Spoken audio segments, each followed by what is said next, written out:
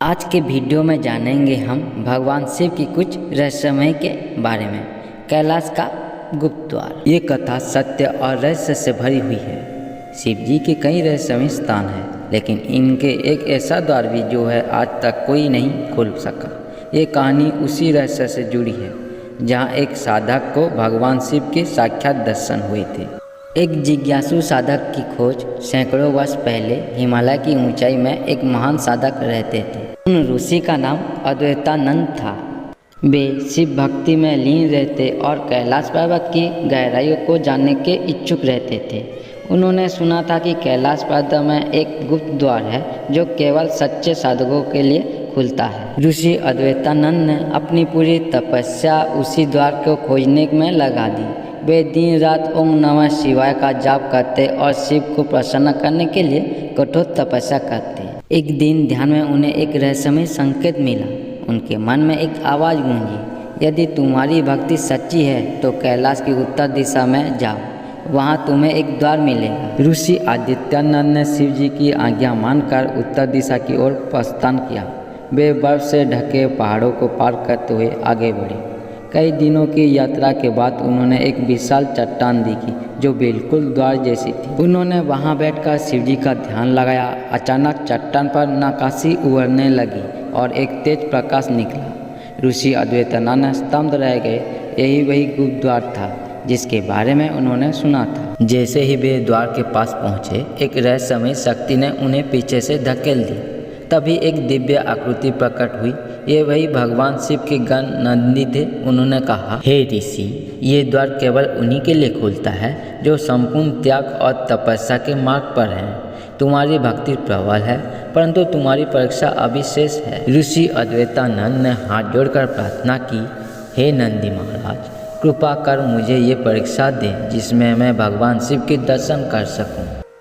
तभी नंदी ने कहा, यदि तुम इस द्वार के पार जाना चाहते हो तो 3 कठिन परीक्षा पार करनी होगी। पहली परीक्षा मोह का त्याग। नंदी ने हाथ उठाया और अचानक ऋषि अद्वैतानंद के सामने उनका माता पिता, परिवार और पुराने मित्र प्रकट हो गए। वो सब रोते हुए बोले, अद्वैतानंद, तुम हमें छोड़कर क्यों जा रहे हो? हमारी सहायता करो। ऋषि अद्वैतानंद का हृदय द्रवित हो गया, परंतु उन्होंने समझा कि ये वो मोह माया की परीक्षा है। उन्होंने आंखें बंद की और शिव का ध्यान किया। जैसे कि उन्होंने मोह का त्याग, सारे दृश्य गायब हो गए और नंदी मुस्कुराए और बोले, तुमने पहली परीक्षा उत्तीर्ण कर ली साधक। दूसरी परीक्षा भय पर विजय। अब चारों ओर अंधकार छा गए और एक विकराल आकृति प्रकट हुई। वे राक्षस की भांति थी जिसके लाल आंखें और भयंकर दांत थे। उसने गरजते हुए कहा, यदि तुम आगे बढ़े तो तुम्हें मैं नष्ट कर दूंगा। ऋषि अद्वैतानंद को भय लगा, परंतु उन्होंने स्वयं को संयमित कर दिया और ओम नमः शिवाय का उच्चारण किया। अचानक वे भयानक आकृति धुएं में बदल गई और गायब हो गई। नंदी ने सिर हिलाया, तुमने भय पर विजय प्राप्त कर ली साधक। अब अंतिम परीक्षा शेष है। तीसरी परीक्षा अहंकार का त्याग। अब द्वार के सामने एक दिव्य शिवलिंग प्रकट हुआ। तभी आकाशवाणी हुई, यदि तुम इस द्वार में प्रवेश करना चाहते हो तो अपना अहंकार त्याग और पूर्ण रूप में समर्पण करो। ऋषि अद्वैतानंद को अपने तपस्या पर गर्व था। उन्होंने सोचा, मैंने वर्षों तक साधना की है, ये द्वार मेरे लिए खुलना चाहिए। जैसे ये विचार उनके मन में आया, द्वार धीरे धीरे अदृश्य होने लगा। वे घबरा गए और तुरंत आत्मा विश्लेषण करने लगे। उन्हें समझ आ गया कि अहंकार की बाधा बन रहा है। उन्होंने शिव के चरणों में स्वयं को समर्पित कर दिया और कहा, हे भोलेनाथ, मैं कुछ भी नहीं हूँ, आप ही सब कुछ हो। जैसे ही द्वार खुला, ऋषि अद्वैतानंद ने अपने सामने भगवान शिव को खड़े देखा। उनका स्वरूप अद्भुत था। नीलवन शरीर, गले में नाग, जटाओं से बहती गंगा और तीसरी आंख से निकलता दिव्य प्रकाश। भगवान शिव ने मद मुस्कान से कहा, साधक, तुमने अपनी तपस्या से ये अधिकार पाया है। तुम्हारी श्रद्धा अडिग थी।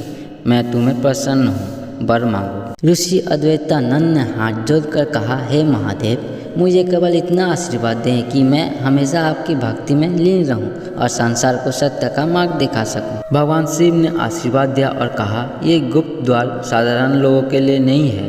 ये केवल उन्हीं के लिए खुलेगा जो अपने मोह, भय और अहंकार का त्याग कर देगा। शिव रहस्य अनंत है। ऋषि अद्वैतानंद ने फिर भी उसी का द्वार की चर्चा नहीं की, परंतु वे आजीवन शिव भक्ति में लीन रहे।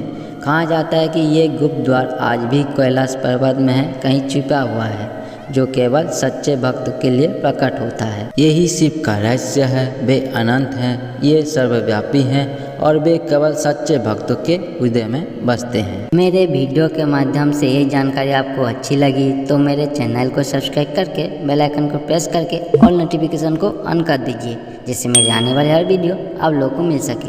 जय श्री कृष्ण।